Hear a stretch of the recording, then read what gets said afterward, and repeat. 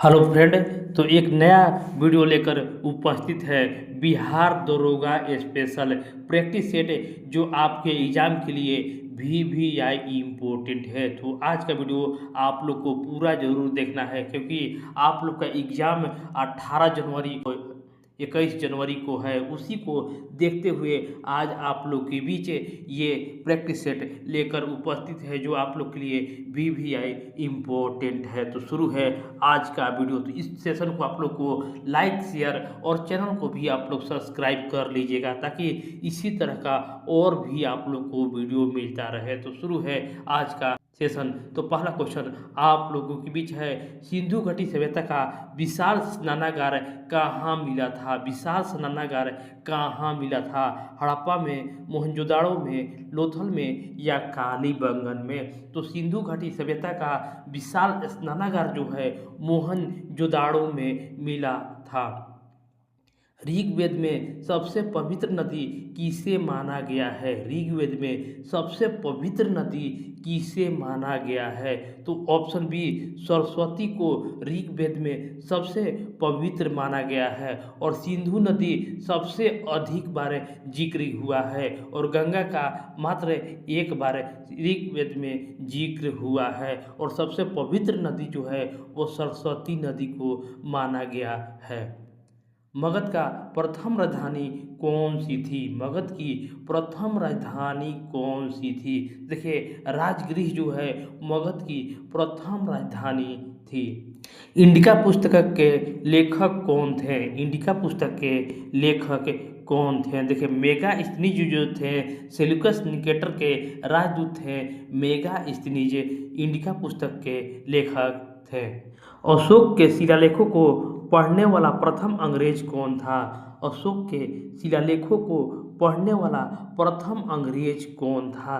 तो इसमें से जेम्स प्रिंसप जो है वो अशोक के शिलालेखों को पढ़ने वाला प्रथम अंग्रेज था। गुप्त वंश का संस्थापक कौन था? गुप्त वंश का संस्थापक ऑप्शन सी, श्री गुप्त गुप्त वंश का संस्थापक था। देखिए, इस प्रश्न का जवाब आप लोग को कमेंट बॉक्स में देना है। नालंदा विश्वविद्यालय की स्थापना किस युग में हुई थी? नालंदा विश्वविद्यालय की स्थापना किस युग में हुई थी? मौर्य में, कुषाण में, गुप्त में या पाल में? तो नालंदा विश्वविद्यालय की स्थापना किसने की और किस युग में थी, किस युग में हुई थी? इसका जवाब कमेंट बॉक्स में आप लोग दे सकते हैं। हर्षचरित्र किसके द्वारा लिखी गई थी? हर्षचरित्र किसके द्वारा लिखी गई थी? तो पान भट्ट के द्वारा हर्षचरित्र को लिखा गया था। दिल्ली सल्तनत का दरबारी भाषा क्या था? दिल्ली सल्तनत का दरबारी भाषा क्या था? तो फारसी दिल्ली सल्तनत का दरबारी भाषा था। सारा प्रश्न को आज वन लाइनर जैसा बताया जा रहा है कि आप लोग तैयारी अच्छे से कम समय में कर सके और इसे आप लोग को याद हो जाएगा। पूरा जरूर आप लोग देख जरूर लीजिएगा। कुतुब मीनार के निर्माण कार्य को किसने पूरा करवाया था? देखिए, कुतुब मीनार जो है कुतुबुद्दीन ऐबक ने शुरू करवाया था और पहला ताला पूरा करवाया था। उसके बाद इसकी मृत्यु हो गई थी और निर्माण कार्य पूरा किया था इल्तुतमिश ने।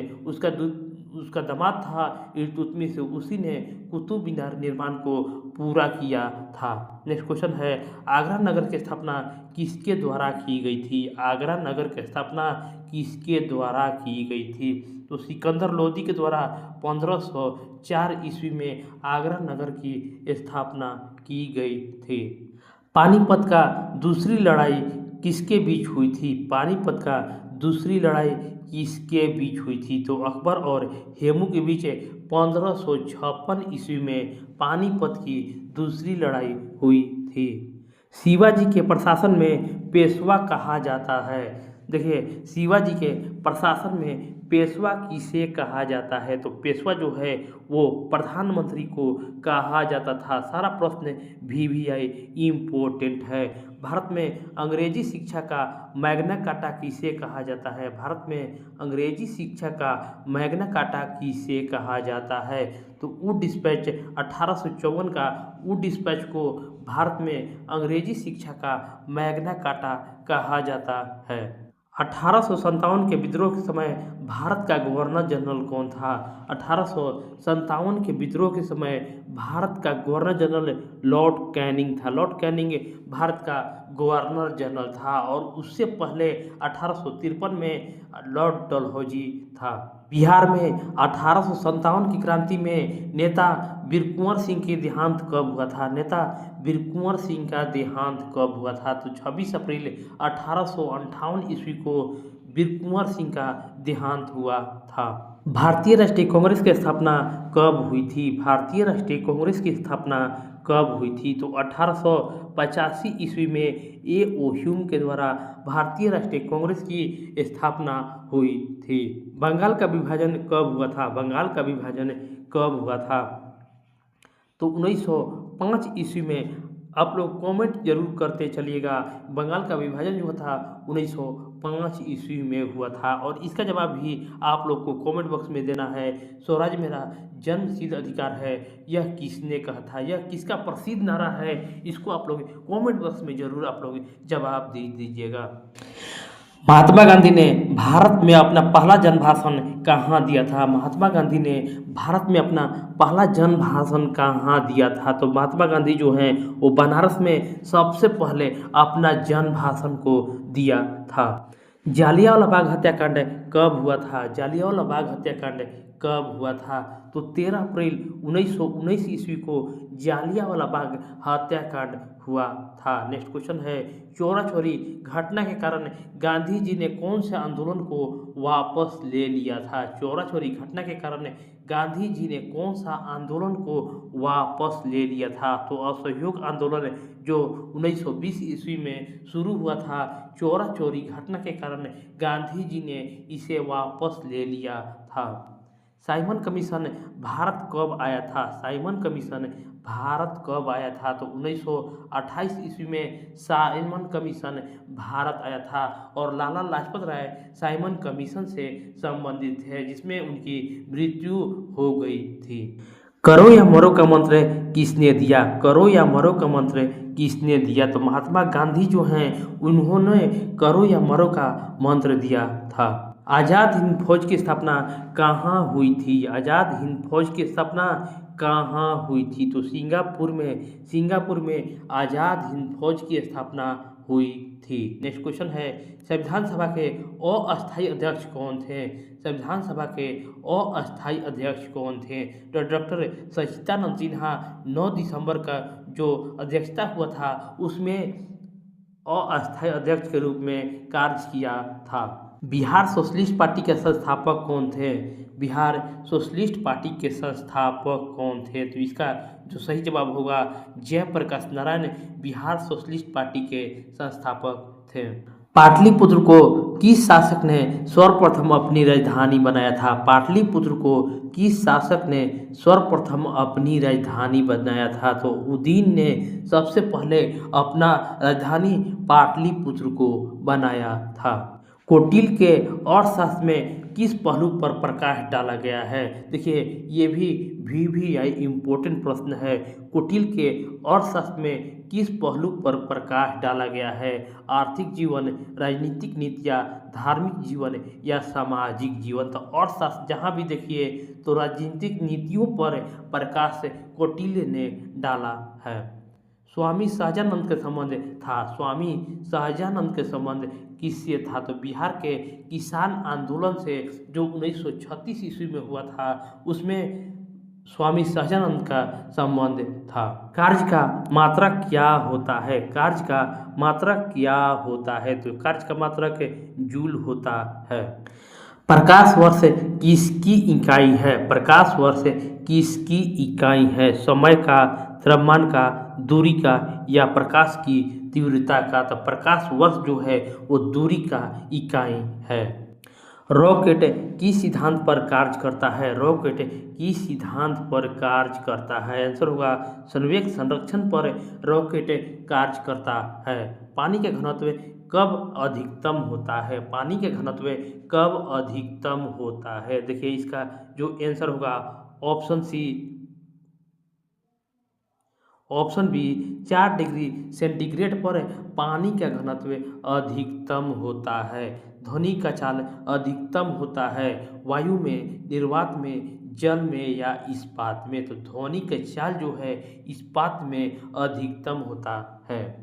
तो सेशन को आप लोग लाइक कर दीजिएगा, लाइक जरूर कर दीजिएगा और चैनल को शेयर और वीडियो को जरूर आप लोग शेयर कर दीजिएगा ताकि इसी तरह का और मैं वीडियो आप लोग के बीच ला सकूं। नेक्स्ट क्वेश्चन है, आकाश का रंग नीला क्यों दिखाई देता है? आकाश का रंग नीला क्यों दिखाई देता है? तो इसका जो आंसर होगा ऑप्शन बी, प्रकीर्णन के कारण आकाश का रंग नीला दिखाई देता है। दाढ़ी बनाने के लिए किस दर्पण का उपयोग होता है? दाढ़ी बनाने के लिए किस दर्पण का उपयोग किया जाता है? तो कॉनकेव लेंस अवतल दर्पण का उपयोग किया जाता है क्योंकि इसे हजामती दर्पण भी कहा जाता है। इसमें छोटा वस्तु भी बड़ा नजर आता है, इसलिए इसे दाढ़ी बनाने में कार्य में लाया जाता है। विद्युत शक्ति का इकाई क्या होता है? विद्युत शक्ति का इकाई क्या होता है? तो कमेंट बॉक्स में इसका जरूर आप लोग जवाब दे दीजिएगा।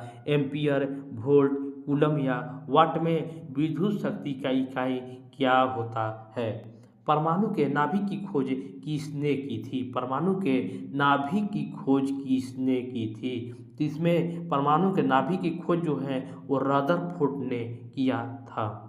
नींबू का पीएच मान लगभग कितना होता है? नींबू का पीएच मान लगभग कितना होता है? तो 2.2। आप लोग ऐसे याद रख सकते हैं कि नींबू जो है 22 रुपये किलो है। नींबू 22 रुपये किलो है तो 2.2 नींबू का पीएच मान होता है। सबसे कठोर प्राकृतिक पदार्थ कौन सा होता है? सबसे कठोर प्राकृतिक पदार्थ इसमें से कौन सा होता है? सोना, लोहा, हीरा और प्लेटिनम में से सबसे कठोर जो पदार्थ होता है वो हीरा होता है। सारा प्रश्न आप लोग को PYQ में पूछा गया है, उसी से ये प्रश्न लिया गया है। वायु क्या है? वायु क्या है? तो वायु एक प्रकार का मिश्रण है। वायु एक प्रकार का मिश्रण है।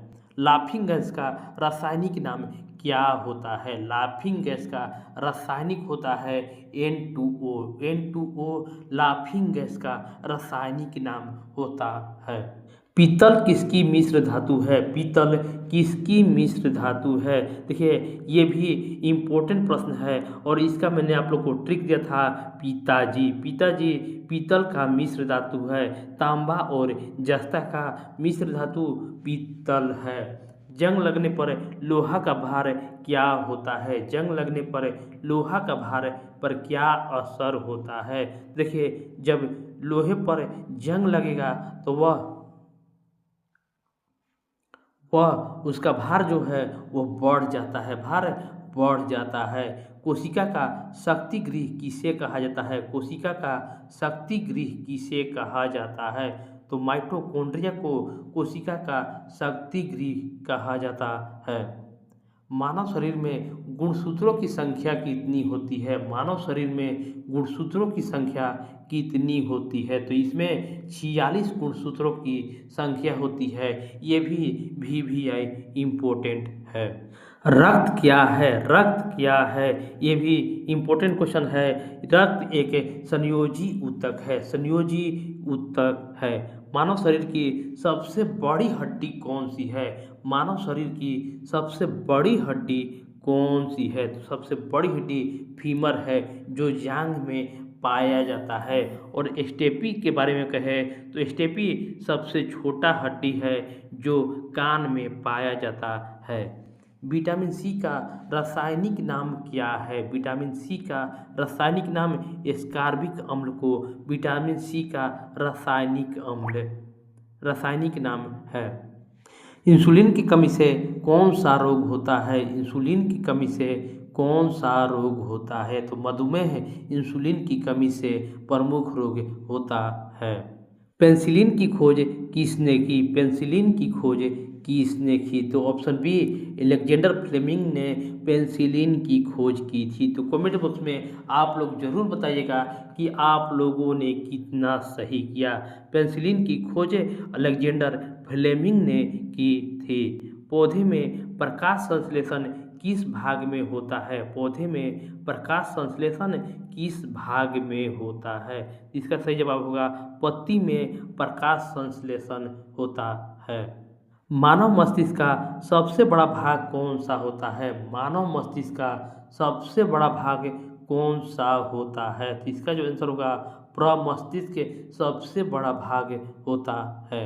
एलिसा जांच किस रोग की पहचान करती है? एलिसा जांच किस रोग की पहचान की जाती है? तो एड्स के लिए एलिसा जांच की जाती है। वायुमंडल में सबसे अधिक कौन सी गैस पाई जाती है? वायुमंडल में सबसे अधिक कौन सी गैस पाई जाती है?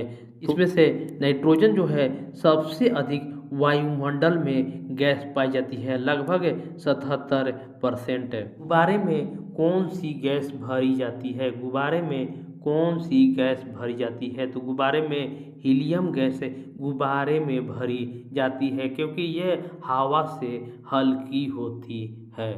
दूध को दही के रूप में जमने का कारण क्या होता है? दूध में दही के जमने का मुख्य कारण क्या होता है? तो लैक्टोबैसिलस दूध को दही के रूप में जमने का कारण होता है।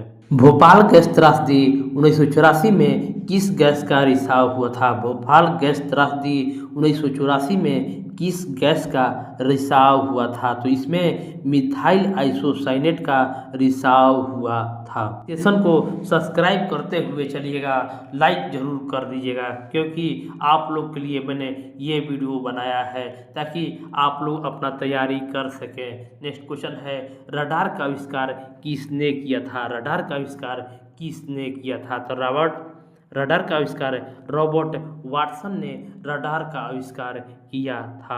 नेक्स्ट क्वेश्चन है, सौरमंडल का सबसे बड़ा ग्रह कौन सा है? सौरमंडल का सबसे बड़ा ग्रह जो है वो जुपिटर है, जिसको बृहस्पति ग्रह भी कहा जाता है।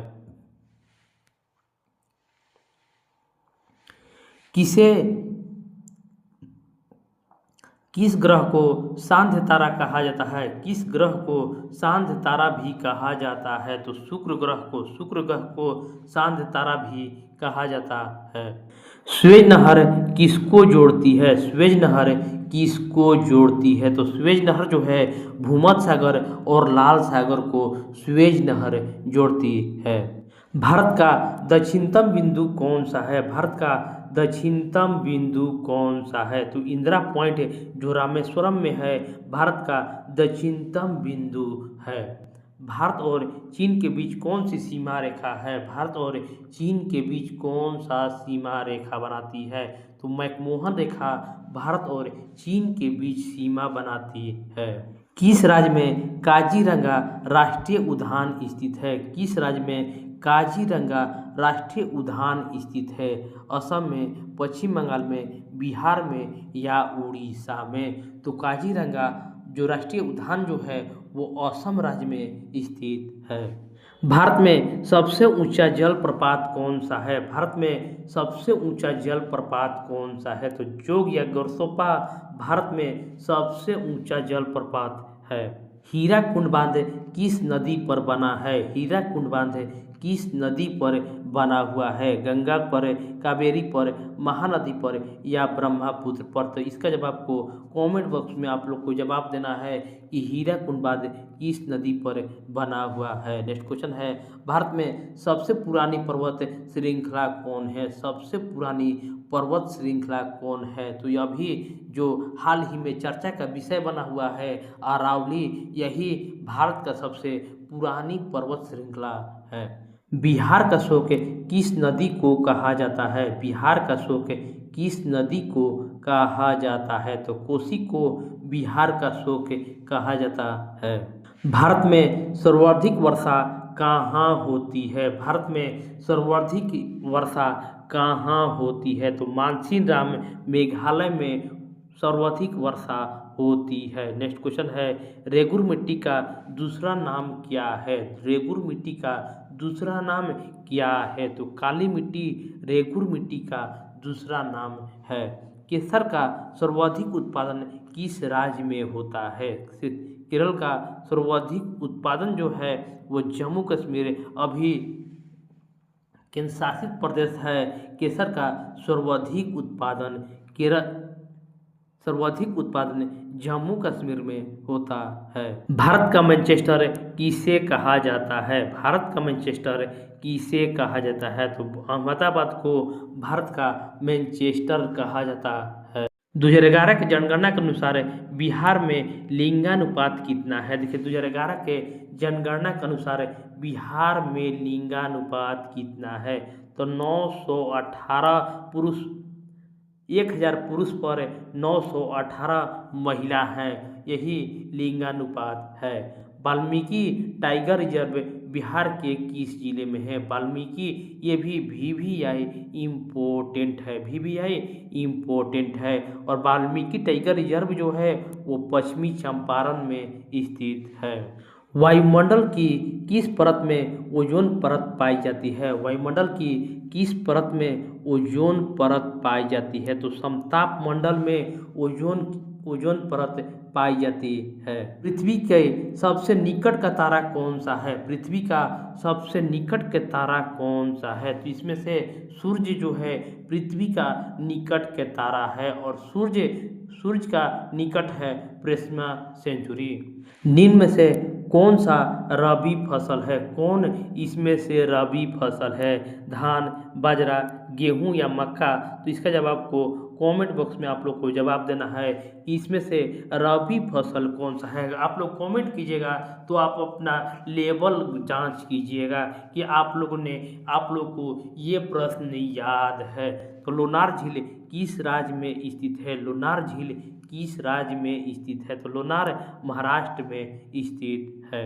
भारतीय संविधान को कब अंगीकृत किया गया था? भारतीय संविधान को कब अंगीकृत किया गया था? तो इसको आप लोग को आंसर आवे तो जरूर आप लोग कमेंट करते चलिएगा कि भारतीय संविधान को कब अंगीकृत किया गया था। अंगीकृत किया गया था यानी एडॉप्ट किया गया था, अपनाया गया था।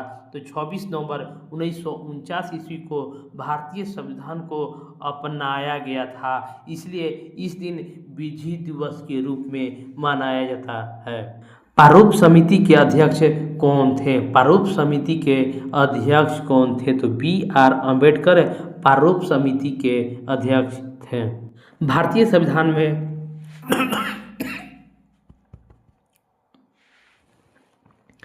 भारतीय संविधान में मौलिक अधिकार किस देश से लिया गया है? भारतीय संविधान में मौलिक अधिकार किस देश से लिया गया है? तो मौलिक अधिकार पूछे तो अधिकार अमेरिका से लिया गया है। और कर्तव्य पूछे तो कर्तव्य के लिए रूस गया था, तो कर्तव्य रूस से लिया गया है और अधिकार जो है वो अमेरिका से लिया है। नेक्स्ट क्वेश्चन है, संविधान के किस अनुच्छेद में प्रेस की स्वतंत्रता निहित है? प्रेस की स्वतंत्रता किस अनुच्छेद में निहित है? तो अनुच्छेद 19 के 1 के ए में प्रेस की स्वतंत्रता निहित है। भारत का राष्ट्रपति बनने का न्यूनतम आयु क्या होता है? भारत का राष्ट्रपति बनने का न्यूनतम आयु क्या होता है? 25 वर्ष, 30 वर्ष, 35 वर्ष या 40 वर्ष? राष्ट्रपति पूछे तो राष्ट्रपति 35 वर्ष होता है। लोकसभा में सदस्य सांसद पूछे तो 25 वर्ष होता है और राज्यसभा में पूछे तो 30 वर्ष होता है। लोकसभा में अधिकतम कितने सदस्य हो सकते हैं? लोकसभा में अधिकतम कितने सदस्य हो सकते हैं? तो लोकसभा में 552 अधिकतम सदस्य हो सकते हैं। इसमें से 530 निर्वाचित होते हैं और 20 सदस्य जो होते हैं वो केंद्र शासित प्रदेश से होते हैं और 2 एंग्लो 20 सदस्य जो होते हैं। पंचायती राज के त्रिस्तरीय समिति का गठन किसके द्वारा किया गया था? पंचायती राज के त्रिस्तरीय समिति का गठन किसके द्वारा किया गया था? तो बलवंत राय मेहता समिति के द्वारा पंचायती राज का त्रिस्तरीय समिति का गठन किया गया था। धन विधेयक संविधान के किस अनुच्छेद में है? धन विधेयक संविधान के किस अनुच्छेद में है? तो ये भी आप लोग याद रखिएगा कि धन विधेयक जो है वो अनुच्छेद 110 में है। संविधान में मूल कर्तव्य किस संशोधन के द्वारा जोड़ा गया? संविधान में मूल कर्तव्य 42वें संविधान संशोधन में जोड़ा गया है। भारतीय संविधान का अनुच्छेद 368 किससे संबंधित है? ये भी वीवीआई इम्पोर्टेंट प्रश्न है। अनुच्छेद 368 जो है संविधान संशोधन से संबंधित है और ये दक्षिण अफ्रीका देश से लिया गया है। भारत में योजना आयोग का गठन कब हुआ था? भारत में योजना आयोग प्लानिंग कमीशन का गठन कब हुआ था? इम्पोर्टेंट क्वेश्चन है। 1950 ईस्वी में योजना आयोग का गठन हुआ था। नेक्स्ट क्वेश्चन है, नीति आयोग का अध्यक्ष कौन होता है? नीति आयोग के अध्यक्ष कौन होता है? तो प्रधानमंत्री नीति आयोग के अध्यक्ष होता है। देखिए, योजना आयोग के अध्यक्ष भी प्रधानमंत्री होता है और योजना आयोग के स्थान पर ही नीति आयोग आया, सिर्फ नाम बदल दिया गया, कार्य वही है। तो इसमें भी प्रधानमंत्री ही अध्यक्ष होता है। भारत में राष्ट्रीय आय का आकलन सबसे पहले किसने किया था? राष्ट्रीय आय का आकलन सर्वप्रथम किसने किया था? तो वाचा और दादा भाई नौरोजी ने सबसे पहले भारत में राष्ट्रीय आय का आकलन किया था। भारतीय रिजर्व बैंक का मुख्यालय कहाँ है? भारतीय रिजर्व बैंक का मुख्यालय कहाँ है? तो मुंबई में भारतीय रिजर्व बैंक का मुख्यालय है। भारत में जीएसटी कब लागू हुआ था? भारत में जीएसटी कब लागू हुआ था? तो ये 1 जुलाई 2017 ईस्वी को भारत में जीएसटी लागू किया था और 1 जुलाई को डॉक्टर दिवस के रूप में मनाया जाता है। ये भी आप लोग को याद रखना है।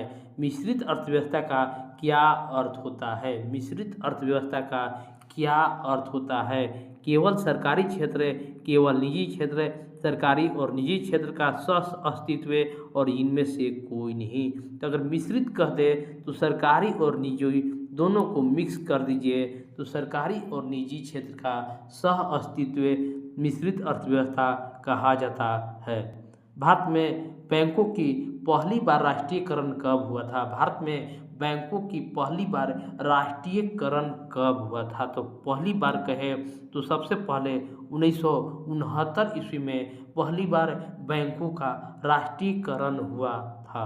मानव विकास सूचकांक किस संस्था द्वारा जारी किया जाता है? मानव विकास सूचकांक किस संस्था के द्वारा जारी किया जाता है? तो यूएनडीपी के द्वारा मानव विकास सूचकांक जारी होता है। श्वेत क्रांति के जनक कौन है? श्वेत क्रांति के जनक कौन है? आंसर होगा ऑप्शन बी, श्वेत क्रांति के जनक वर्गीज कुरियन है। और इसका जवाब को आप लोग को कमेंट बॉक्स में कमेंट कर देना है कि 1 रुपये के नोट पर किसका हस्ताक्षर होता है? वित्त मंत्री का, आरबीआई गवर्नर का, वित्त सचिव का, प्रधानमंत्री का। तो इसका जवाब आपको कमेंट बॉक्स में आप लोग को जवाब देना है और इस वीडियो को भी आप लोग को लाइक कर देना है, शेयर कर देना है और चैनल को सब्सक्राइब कर देना है ताकि इसी तरह के और वीडियो आप लोग के बीच आ सके। तो मिलते हैं नेक्स्ट वीडियो में। धन्यवाद, नमस्कार, जय हिंद।